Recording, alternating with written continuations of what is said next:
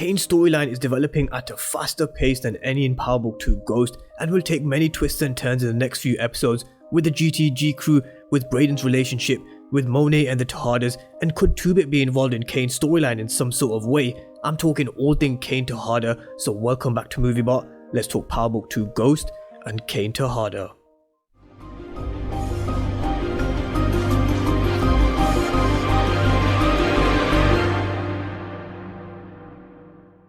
So I hope you're all doing great and welcome back to another storyline breakdown video, this time focusing all on Cane Tejada. I'll be touching on his impact with the GTG crew, Monet and Brayden as well, and yesterday I spoke about 2-Bit and what his role could be now, and he's one of the realest characters from the Power series and he's out free. So if you haven't seen the video, then I'll link it down below in the description and in the comment section. Drop me your thoughts on 2-Bit in the video.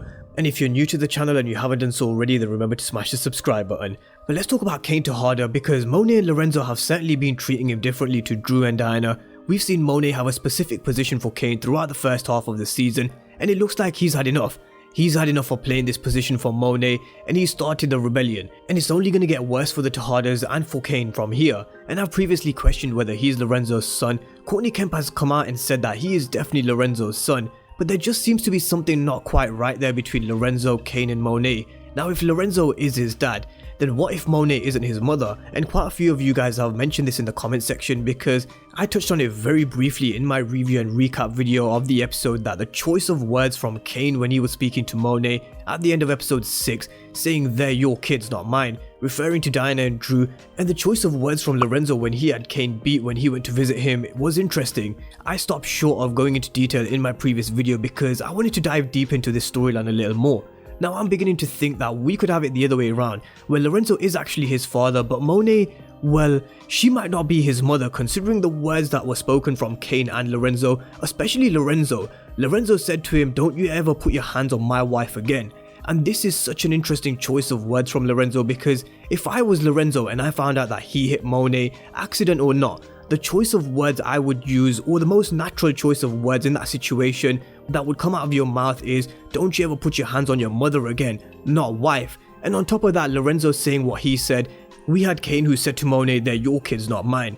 So could we actually be questioning whether he's Monet's son and not Lorenzo's? Is this the reason why he had no regrets? Because if you watch the scene back, he knew what he was doing. He went for Monet and he didn't for shit go to apologize either when he knocked her off her feet. He put his hand out, but that's about it. He showed no remorse and he looked like he actually didn't give a shit and he meant to hit her. This could explain why Monet has him playing the position of the hitter, the shooter, the bodyguard and the muscle for the Tejada family, because he's expendable, while she cares a lot more about Dru and Diana. But what we saw in episode 6 is going to do some real damage to the Tejada family from within, because Cane, he's not going to like what Lorenzo did to him, and now the rebellion is in full swing, because Cane is going to go so rogue. And I just want to raise this point that Spice Ghost made in the comment section in one of my videos, and he said Cane is going to do his own thing on the side. I think Cane is going to confront Ramirez about crushing Monet and possibly blackmail him. Tariq has to take lumps like Ghost did and figure out how to outthink and maneuver everyone around him. Cane and Brayden's bromance is just beginning. And this is something we saw in the episode teaser for episode 7, which I broke down in one of my previous videos, which I'll link down below if you haven't seen it. But we see Diana questioning Monet if she's seen Cane, so he's definitely gone rogue. I don't think he's come back since he left the house after hitting Monet or actually getting the beatdown from Lorenzo's guards at the prison.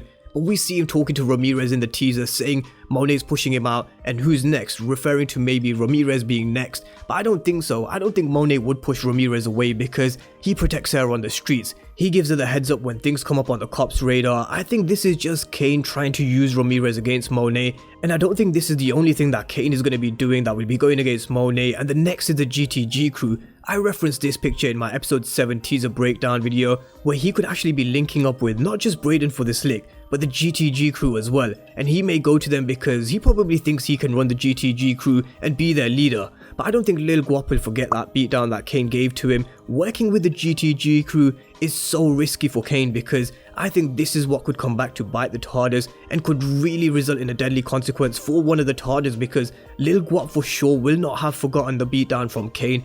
And even if they do work together for this lick, I'm sure Lil Guap and Cane will come to blows once again. And the clue is in this picture. This is the shot that we saw in the mid-season trailer with the man in the spiked balaclava shooting at this dude, and when Cane walks into this room, he's standing right here and he pushes the same dude up against the wall that the guy in the spiked balaclava is shooting. So I think who I believe to be Lil Guap is working with Cane, and I had a comment saying the person in the spiked balaclava is Trace Weston, and it's impossible.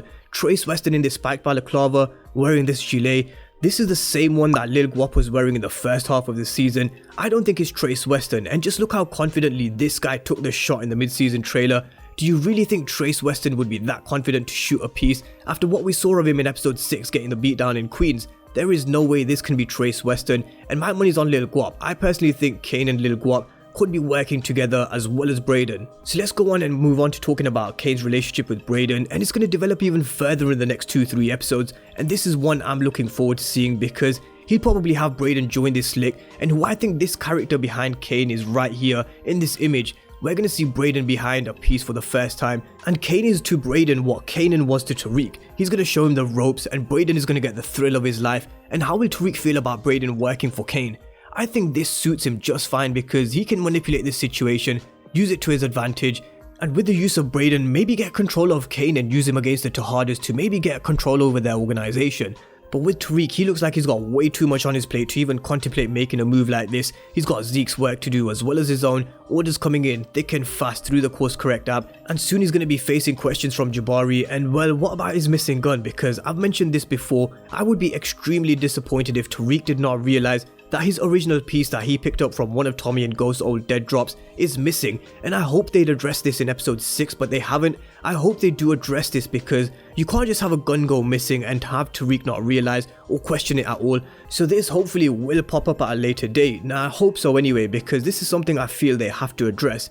And just a final point on Cane, and one with 2-Bit actually, because no doubt 2-Bit is going to head back into Queens and he's going to find a new family running shit in Queens, and that's the Tejadas. So could he actually bump into Cane? Could Cane with the help of 2-Bit take Monet's business from right under Monet's nose? And could we actually see 2-Bit and Cane running shit in Queens? And could this be 2-Bit's role in Power Book 2 Ghost? Let me know your thoughts down below in the comment section about Cane's storyline, his potential link up with the GTG crew, and his rebellion starting against Monet and the Tejadas. And what do you think about him not being Monet's son? Because the choice of words used by both Cane and Lorenzo are very interesting to say the least. I feel there's more to that storyline, and there's certainly more to know. But let me know your thoughts on everything Cane Tejada related, and if you're new to the channel and you haven't done so already, remember to smash the subscribe button if you want to see everything Power Universe related. So thank you guys for watching, and I'll see you next time.